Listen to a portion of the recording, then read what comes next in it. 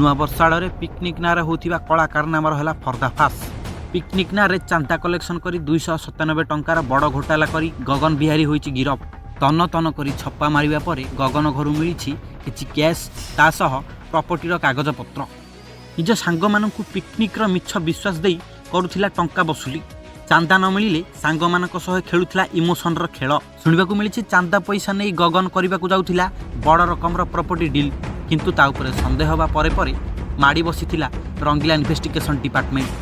ଏବେ ପିକନିକ୍ରେ ଯେଉଁ ଚାନ୍ଦାମରା ମାମଲା ସାମ୍ନାକୁ ଆସିଛି, ଯାହାର ମୁଖ୍ୟ ଆସାମୀ ଗଗନ ବିହାରୀ, ତାଙ୍କୁ ଆମେ IPS ଧାରା 420ରେ ଗିରଫ କରିବାରେ ସଫଳ ହୋଇଛୁ। ତାପରେ ଆମ ଟିମ୍ RID ତାର ଇନ୍ଦିରା ଆବାସ ଛାପା ମାରିଲା ପରେ 297 ଟଙ୍କା କେସ୍ ସହ ଦୁବାଇରେ 131 ଟଙ୍କାର କିଛି ପ୍ରପର୍ଟିର କାଗଜ ପାଇଛି। ଯାଞ୍ଚରୁ ଜଣାପଡ଼ିଛି କି ୟା ସହ କିଛି ପଲିଟିକାଲ କନେକ୍ସନର ବି ଆଶଙ୍କା ରହିଛି, କିନ୍ତୁ ଆମ ଟିମ୍ या सह थिबा प्रत्येक सूचना अवगति को संग्रह करिबारे लागि पड़िछि। आ हम जेते शीघ्र पारिबु वसूल करथिबा चांदा को फेराय पे चेष्टा। नुआ वर्ष आड़े होउथिबा कला कारोबार केते दिन जाई चलिबो? वर्तमान गगन बिहारी को पिकनिक पई बना जायथिबा प्रत्येक व्हाट्सएप ग्रुप रु बाहर कर दिया जायछि।